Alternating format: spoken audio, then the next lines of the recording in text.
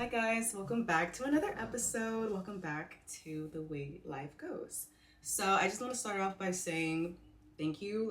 Thank you to everyone that's tuned in and tapped in the month of June. It really means a lot to me. That was something super scary for me to do, and just be received with so much love and support meant everything to me. So I just wanted to start off by saying thank you, because a lot of those videos were like pre-filmed, so I never really got to address anything in real time. So this video that I'm recording now, you guys are gonna see in like 2 days. So this is really real time. But anyway, yeah, let's get into today's episode, which is about trying to be something versus becoming something.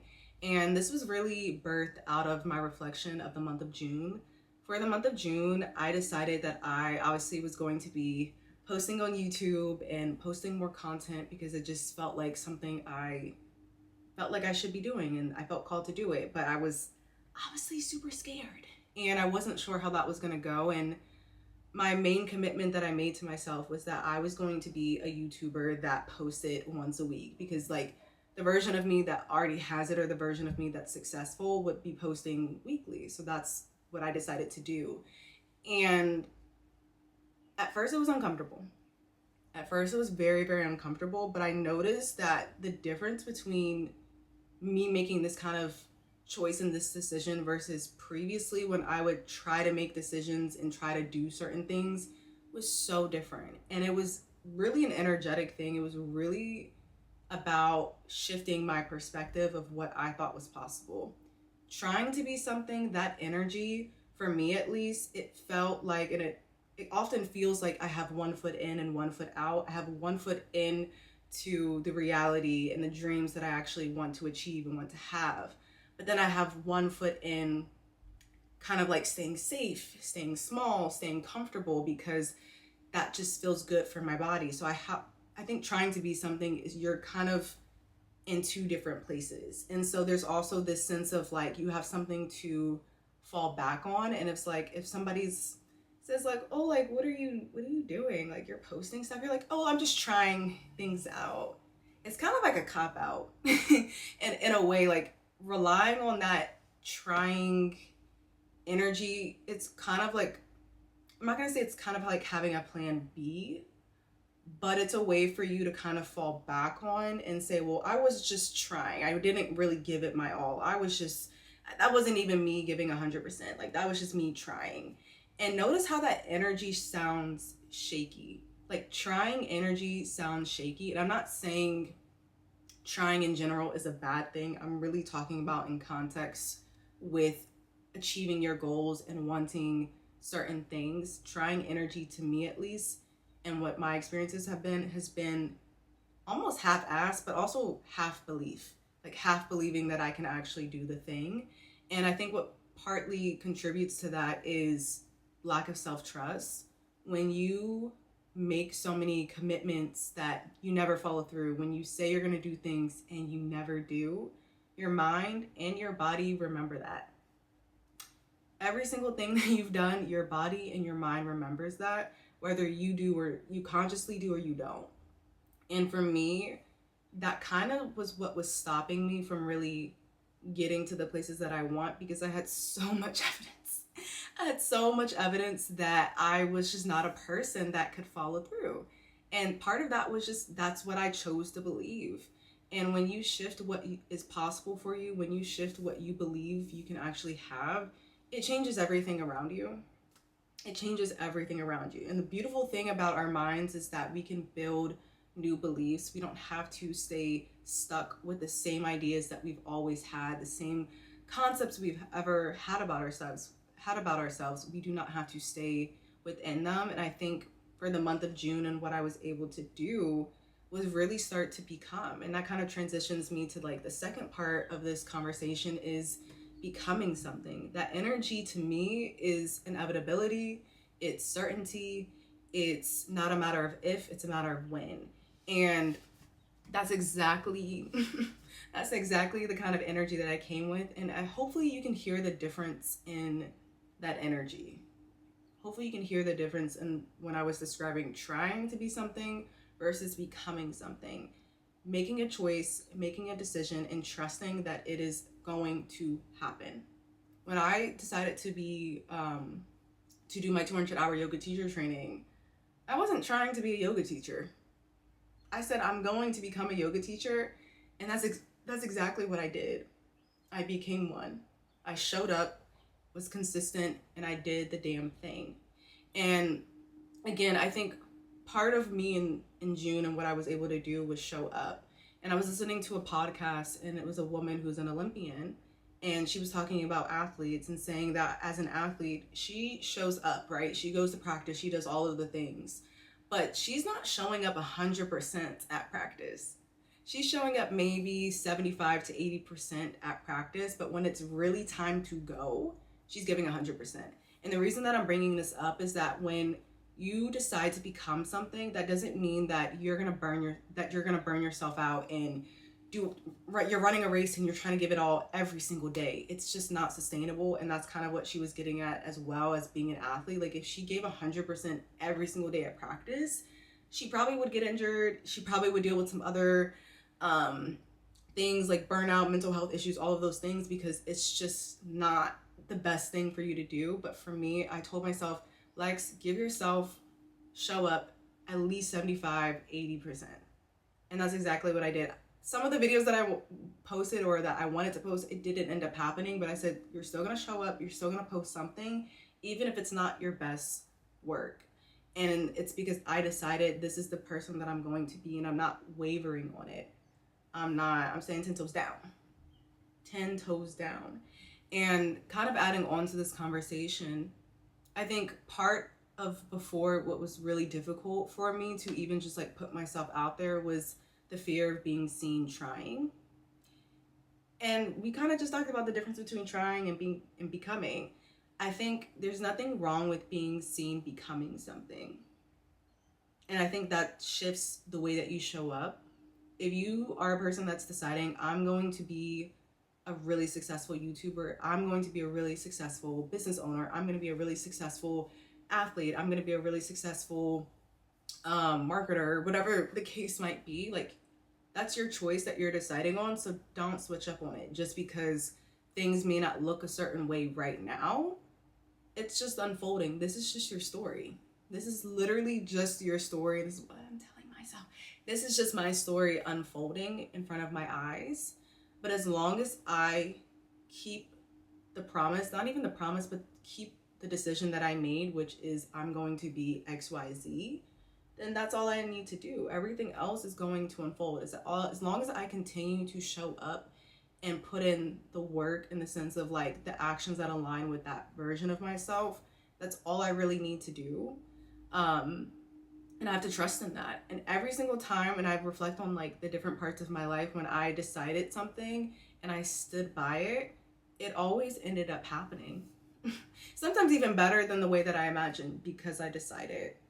I didn't change my mind. I didn't say, oh, I don't think this is going to happen. And even in those moments of doubt that I had to come back to that level of certainty. I had to return back to the version of me that was like, no, babes, this is yours. You're going to get this. You're going to have this. And I'm not saying like, don't feel your emotions, or it's not okay for you to feel doubtful or to not feel those things. It's totally normal. And honestly, it's good. Like we mentioned in the last episode, fear is just a guide. If you are doubting yourself, if you're feeling uncertain, it's because your body isn't feeling safe in the possibility of what could be for you. And that's kind of what I wanted to talk about, of how I made the transition between trying and becoming. A big part of that was nervous system regulation. And if you guys want me to make an entire video talking about nervous system regulation, I definitely can, because it's really changed my life and it's really allowed me to physically, like in my body, believe I can have all the things. But briefly, I'll just kind of get into what nervous system regulation is. Just by saying, we are constantly, as human beings in this society, dealing with acute stress, which to our body can be signaled as fight or flight mode. And we can get that feeling from somebody texting us like, hey, I need to talk to you, or like your boss emailing you saying like, can we talk tomorrow morning? This can be just from any little thing to your body. It's going to signal it as stress. And I think I keep referencing the last episode, but it was so good. But in the last episode, I kind of mentioned like biologically, like your body may not know the difference between you being chased by a tiger and like getting that text message from your friend of like, hey, we need to talk. To your body, it's kind of the same experience. And I bring that up because your dreams of like wanting certain things and wanting bigger things, it can feel super duper scary to your body. So it will give it the same kind of energy, send it into fight or flight mode because it feels, ooh, I don't know what that's the unknown, that's uncertain. I don't really know if that's the right thing. Let's not pursue that. But when you find techniques, and that can be like through breath work, it could be through EFT tapping, it could be through what else, like meditation. There's a lot of other things that can help regulate your nervous system to signal to your body that it is safe for me to dream big. It is safe for me to have big goals, to have big dreams. And I think that's really what shifted my ability to do this. Because like I said, the first couple of videos that I filmed, because there are videos that I filmed and you guys never saw them. I was so scared. I was so nervous. I was terrified. Like my body would shut down. And like I said, I can make an entire episode because it's really, having a deregulated nervous system has really impacted my life to the point where like I couldn't really do a lot of things past a certain point. Like I had a ceiling of what was physically, like what I physically was able to do. And because of nervous system regulation, my body really started to feel safe. And by like the fourth video, which was like the June favorites video that you guys saw, I was so calm. I was chilling. Like, I mean, I was sitting on the floor. I was sitting on the floor. I was vibing. Like, even the way I'm talking now, like, I feel really relaxed. I feel really calm. And that came through like doing something scary and then pairing it with like, okay, doing my breath work or doing my EFT tapping or meditating or whatever the case was. Like, I allowed myself to remind my body that it is safe. It's good. And I think in my first vlog, you guys saw me put my legs up the wall. That's another way that you can regulate your nervous system when you're feeling those feelings. And yeah, so I'm hoping all of that made sense, because sometimes I talk and I don't know where we're going, because I don't plan out the conversations too much. I don't have a script. I really just talk off the dome.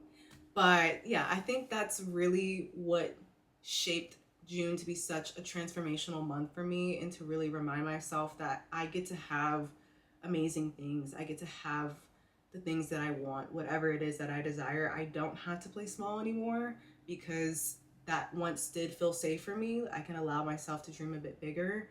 And I'll be quite honest and say that this is the first time in my life that I've been super excited about life. Before, and again, I'm not mentioning certain things because I just don't feel like talking about it right now, but before, for me, it was really, really not a great time. And I was operating an autopilot for a really long time, and I didn't really dream too much. I didn't really imagine things. I didn't really set goals. I was just kind of like doing the bare minimum to like get to the next thing.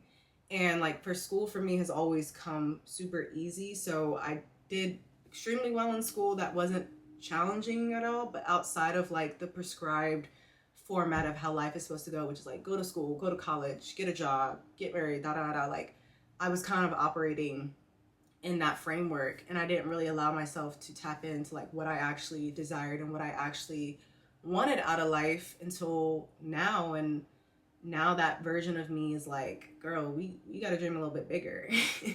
we have to have goals that kind of scare us. We kind of have to have things that like light us up. And I'll just share like a really fun fact to just kind of close out this episode. But this neuroscientist that I follow, she was saying that having delusional or big goals or big dreams is actually really great for you, because your brain releases more dopamine when you have a very unrealistic goal. Because, and again, dopamine is that feel good emotion. It's what gets you excited. So the more excited you are about something to your mind, the more likely or the more motivation you'll have to kind of achieve it, because it sounds super fun and exciting, versus something that may feel attainable or may feel realistic. Not to say you won't achieve it, but your desire to get it may not be as high. And obviously there's moments where having a realistic goal may be what you need in that moment. Like if you have never gone to the gym before and you're setting a goal of losing 100 pounds, like it may sound like too crazy for you to even just start. And so in that instance, I think, just your goal of just show up to the gym, just show up to the gym, whatever that may look like, just you pull it up. That might be where you start. There's a book called Tiny Habits that kind of talks about that, but just starting. But overall, I think for me and the places that I'm trying to go and the places that I'm trying to be, if I were to tell you, I would sound crazy, but it's actually good. If you think my dreams and stuff are crazy, because that means I don't have a lid on life. I don't have a ceiling of what I feel like is possible. And I think as human beings, like the purpose of us being here, like the reason why God put us here is for us to expand, to evolve, and to be the best versions of ourselves in whatever that may look like. So I feel like that's a really good place to end this episode. And I don't know what I'm gonna leave you guys with, like a question to like reflect on, but like, have you guys been trying to be stuff, or are you becoming someone? Like, reflect on that, because I think that can really illuminate to you the parts of your life that you may need to switch up. You're not trying to be something, you're becoming something. So anyway, I really hope you guys enjoyed today's episode. I will see you guys in the next one.